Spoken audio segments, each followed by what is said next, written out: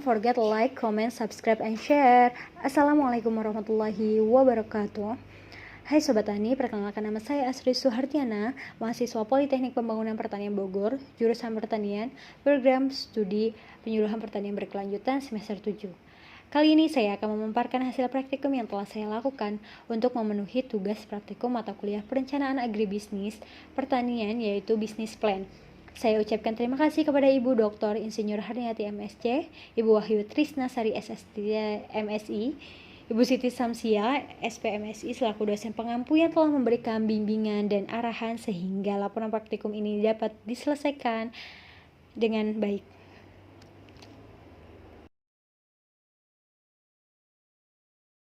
Berikut adalah outline pembahasan dalam bisnis plan.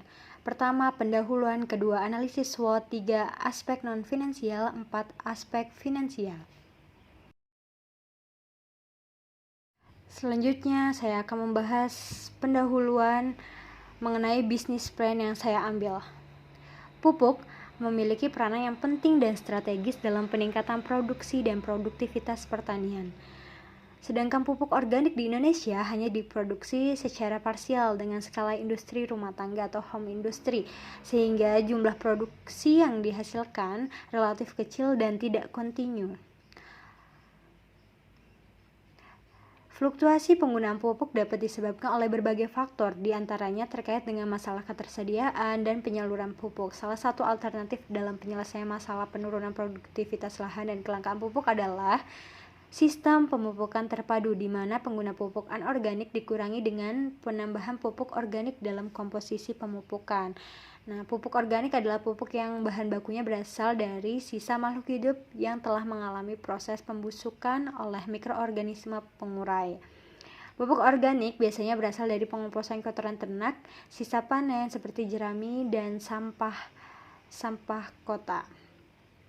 Berikut adalah tabel kebutuhan dan ketersediaan berbagai jenis pupuk di Indonesia pada tahun 2020. Kabupaten Cirebon memiliki luas areal pertanian sebesar 90% dari total luas lahan. Berdasarkan anjuran pemakaian bahan organik Balitan 2005, di mana setiap hektar lahan memerlukan minimal 2 ton pupuk organik per tahun, maka kebutuhan pupuk organik Cirebon sekitar 197.114 ton per tahun. Oleh karena itu, usaha ini berdiri untuk memenuhi permintaan pasar.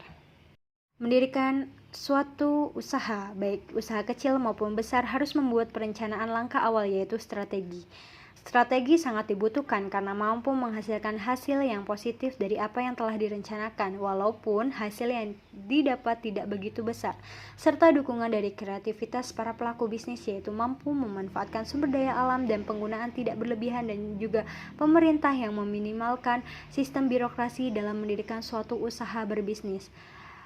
Dapat dilihat pada tabel ini, saya menggunakan analisis SWOT untuk menentukan strategi apa yang cocok untuk membangun perusahaan pupuk organik ini. Strategi yang didapat adalah strategi agresif dengan faktor internal 0,87, eksternal 0,33. Di dalam strategi agresif, yaitu di SO, itu yang pertama adalah ketersediaan modal dalam pengembangan usaha pupuk organik untuk permintaan pupuk yang tinggi, dan strategi yang akan digunakan adalah meningkatkan jumlah produksi pupuk agar kebutuhan konsumen terpenuhi dengan memaksimalkan kapasitas peralatan. Yang kedua adalah kemasan produk pupuk yang rapi dan bagus sehingga hasil pupuk tersedia di pasar. Ketiga, produk tidak diragukan karena memiliki manfaat yang baik.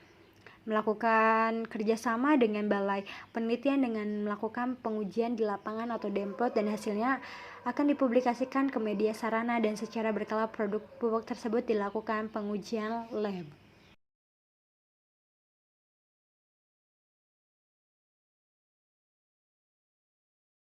Bab selanjutnya adalah aspek pasar. Pertama akan membahas perkembangan pasar.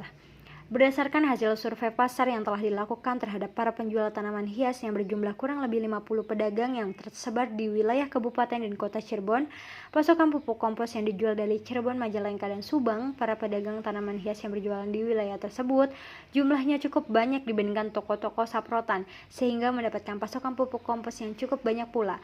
Jumlah pasokan pupuk kompos ke setiap pedagang rata-rata sebesar 1.500 kilo per bulan yang dipasok dari beberapa produsen kompos. Dengan demikian, jumlah pasokan per bulan untuk 50 pedagang adalah sekitar 75.000 kilo. Diasumsikan jumlah pasokan adalah jumlah kebutuhan.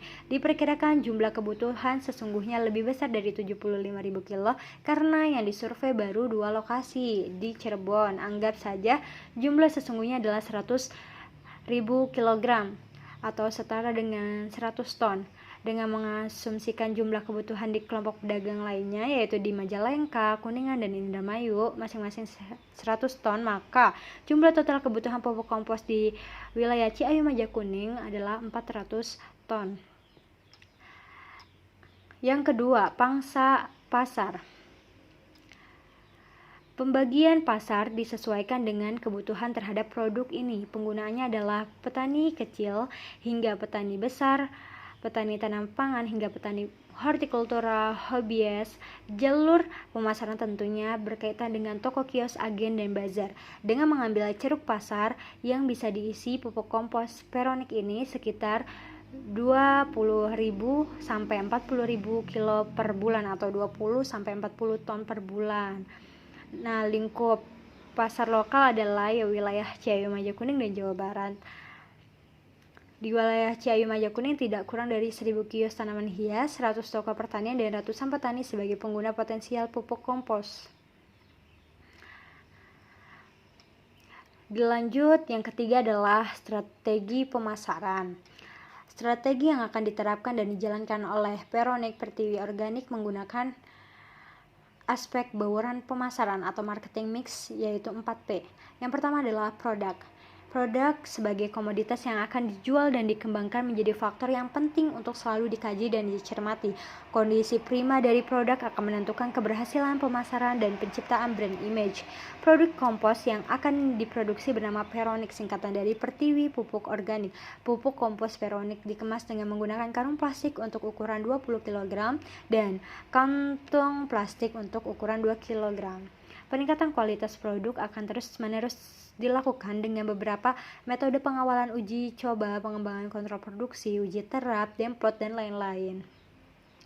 Keunggulan kualitas akan dijaga melalui kapasitas kuisi dan komparasi dengan produk lain di lapangan. Informasi uji petik di beberapa titik pemasaran juga akan dipakai sebagai benchmarking. Masukan dan respon dari pedagang dan konsumen akan dijadikan tolak ukur penjagaan kualitas produk sehingga mempunyai daya saing produk.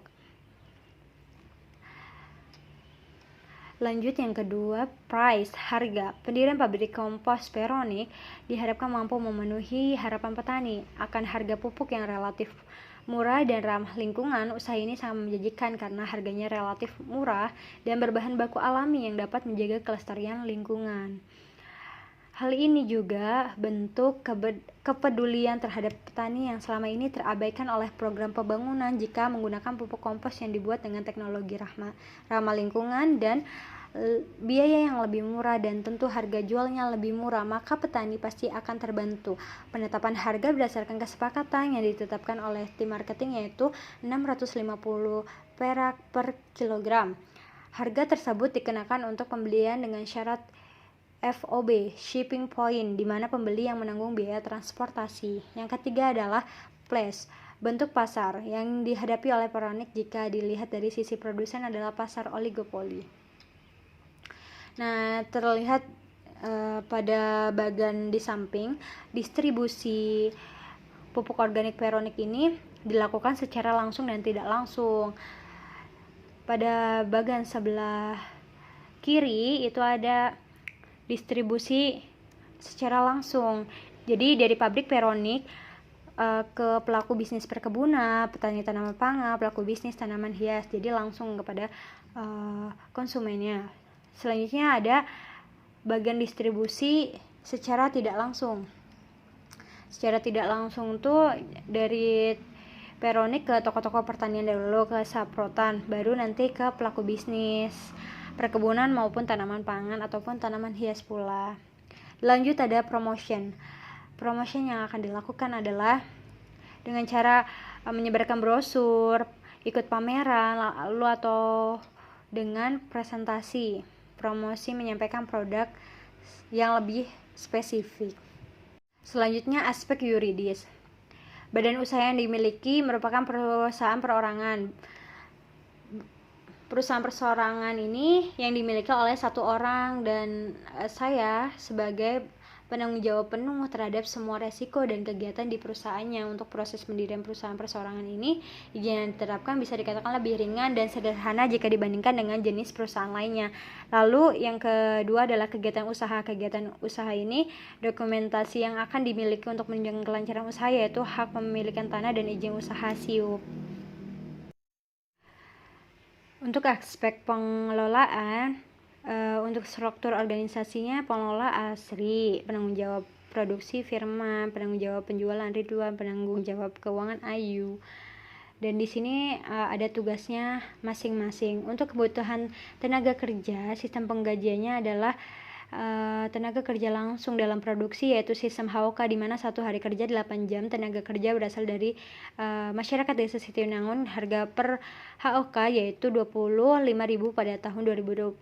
Sedangkan untuk tenaga kerja pengemasan diberi upah per hasil karung yang dikemas, yaitu 1.000 per karung pada tahun 2020. Untuk penanggung jawab tidak diberikan gaji tetapi berupa bagi hasil dari pemilik. Selanjutnya yaitu aspek teknis. Keadaan lokasi usaha.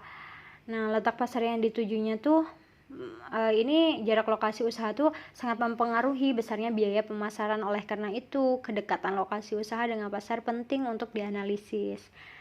Oleh karena itu, jarak tidak menjadi masalah yang berarti bagi penjual. Sebagian besar pembeli pupuk berlokasi di wilayah sekitar Kabupaten Cirebon. Yang kedua, kedekatan dengan bahan baku. Bahan baku utama dari usaha ini adalah kotoran hewan, jerami dari limbah usaha tani padi dan arang sekam. Kotoran hewan seperti sapi dan domba didapat dari peternak sekitar lingkungan usaha. Sedangkan untuk kotoran ayam diperoleh dari kandang ayam milik pengelola sendiri. Untuk limbah tanam padi diperoleh dari petani sekitar yang mayoritas berusaha tani padi sawah. Arang sekam diperoleh dari limbah usaha pembuatan kerupuk dan usaha pembuatan bata yang berada di sekitar wilayah Jamblang yang berjarak sekitar 10 km dari lokasi usaha tersebut. Nah, untuk bahan baku kimia seperti fosfat, molase, zeolit dan lain-lain diperoleh dari toko-toko pertanian. Lalu air dan listrik. Air dan listrik sebagai bahan bantu atau berperan penting dalam keberhasilan proses produksi. Berdasarkan laporan penyuluhan pertanian 2020, Desa Sitinangun memiliki drainase yang baik sehingga ketersediaan air cukup dan terjamin. Lalu untuk suplai tenaga kerja, jumlah tenaga kerja yang dibutuhkan rata-rata per bulannya yaitu 5 orang yang berasal dari lingkungan sekitar dengan tingkat pendidikan terakhir SD. Lalu fasilitas transportasi. Desa Sitinangun ini memiliki jalan utama desa dalam kondisi baik dan beraspal. Lokasi usaha berada sekitar 300 meter dari jalan utama desa. Untuk iklim dan keadaan tanah, lokasi usaha ini merupakan dataran rendah dengan ketinggian 20 meter di atas permukaan laut, dan wilayah ini memiliki curah hujan 6 bulan hujan dan 6 bulan kering. Suhu rata-ratanya 29 derajat Celcius. Lalu untuk sikap masyarakatnya, proses pembuatan ini menghasilkan bau sehingga pemilihan lokasi harus mempertimbangkan kedekatan dengan lokasi pemukiman masyarakat. Lokasi usaha ini alhamdulillahnya berada jauh dari pemukiman penduduk sehingga tidak menimbulkan masalah sosial. Lalu dilanjut, ini adalah langkah-langkah atau tahapan skema pembuatan pupuk organik Peronik ini. Dari penanganan, membuat tumpukan kompos, pemanenan, penjemuran, pengayakan, penimbangan, pengemasan, penyimpanan pupuk organik, lalu nanti akan dikemas dan dijual.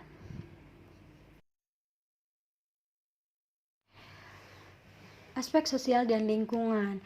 Yang pertama ada dampak terhadap masyarakat. Di sini ada backward linkage. pertalian ke belakang, yaitu bagaimana sumber daya atau resource yang akan digunakan, termasuk dalam hal ini adalah bahan baku, tenaga kerja, suasana, dan kondisi masyarakat setempat.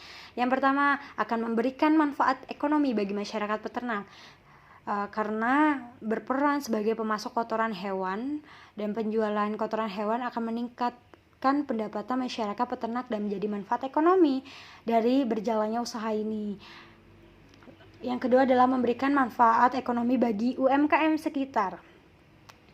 Usaha ini memberikan tambahan pendapatan bagi usaha pembudidayaan padi sawah dan UKM kerupuk. Bagi usaha budidaya padi, usaha ini telah memberikan tambahan pendapatan dari penjualan limbah padi senilai 600.000 per bulannya. Bagi UKM kerupuk, usaha ini memberikan tambahan pendapatan dari penjualan limbah sekam penggorengan kerupuk senilai 540.000. Yang ketiga, mengurangi pengangguran di Desa Sitinangun. Kegiatan produksi dalam usaha pupuk organik ini telah menyerap tenaga kerja rata-rata 5 orang per bulannya. Oleh karena itu, usaha ini berperan dengan pengurangan pengangguran. Lalu ada yang forward linkage, pertalian ke depan, yaitu daerah pemasaran hasil produksi. Apakah tersedia konsumen yang cukup untuk menyerap hasil produksi?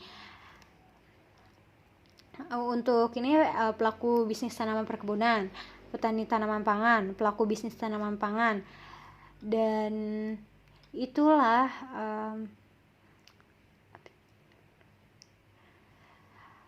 perkiraan permintaan pupuk yang cukup tinggi dari 3 konsumen tersebut.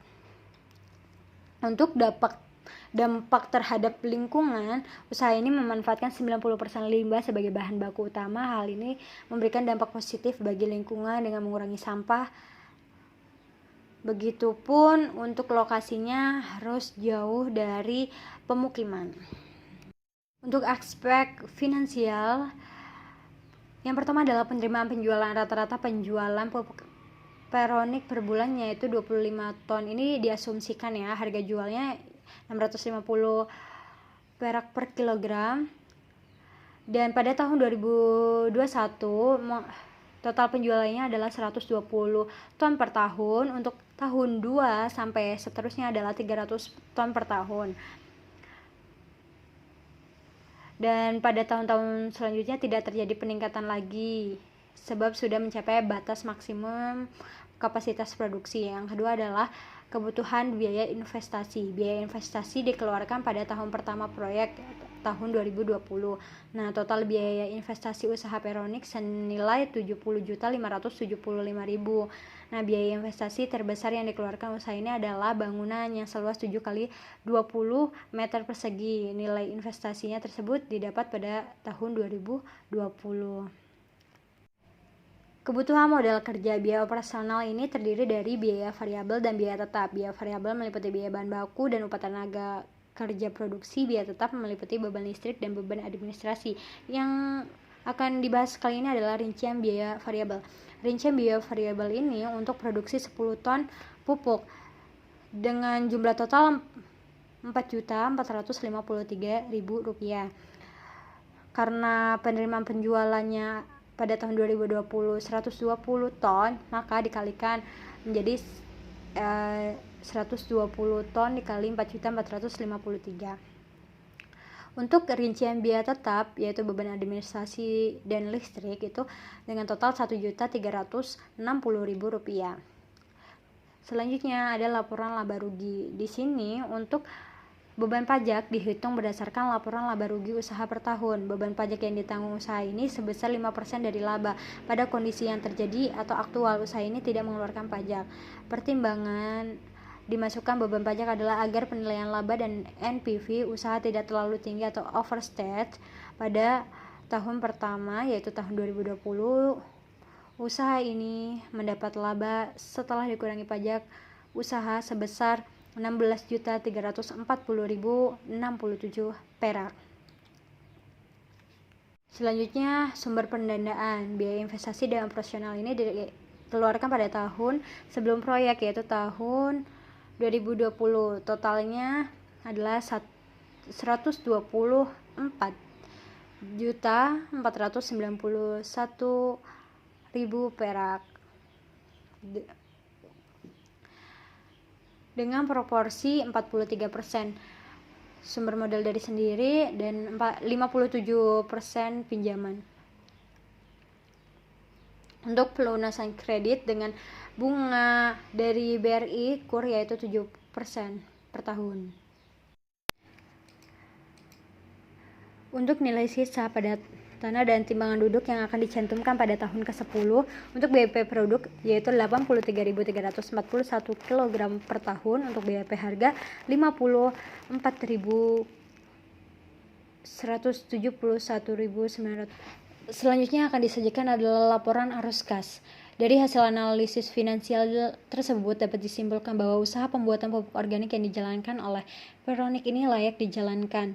Untuk NPV positif adalah pada diskon faktor 12% adalah 29.703.737,04. Dan untuk NPV negatif yaitu 765.155,11 dengan diskon faktor 66%. Untuk kriteria lain yang dianalisis adalah net BC. Pada usaha ini diperoleh nilai net BC lebih dari 1 yaitu sebesar 4,20 yang menyatakan bahwa usaha ini layak dijalankan. Nilai net BC sama dengan 4,20, artinya setiap Rp1 yang dikeluarkan selama umur proyek menghasilkan 4,20 satuan manfaat bersih.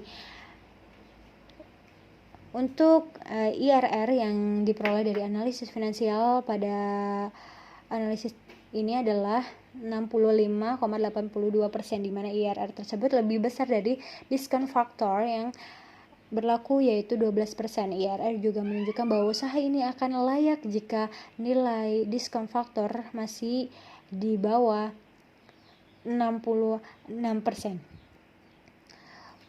Untuk gross BC-nya lebih dari 1 yaitu 1,30 dan dikatakan layak. Untuk usaha pupuk organik ini memiliki periode pengembalian atau payback period 1 tahun 4 bulan 2 hari. Berdasarkan keempat kriteria tersebut, kelayakan finansial usaha tersebut, maka dapat disimpulkan usaha ini sangat layak untuk dijalankan. Cukup sekian yang dapat saya sampaikan. Thanks for watching. Semoga yang saya sampaikan bisa bermanfaat bagi sobat tani semua.